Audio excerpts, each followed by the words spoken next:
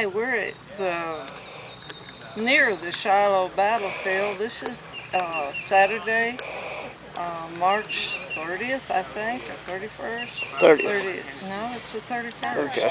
And we're here at going to be a reenactment of the Shiloh battle. And we're here in Ward Amounts to, I think, the Confederate camp.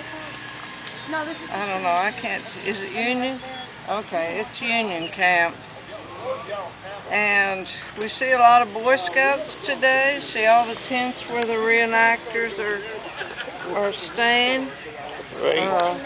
All the mud that we're having to walk through. Thousands and thousands of people are here. Many of them are reenactors, but a lot of spectators also.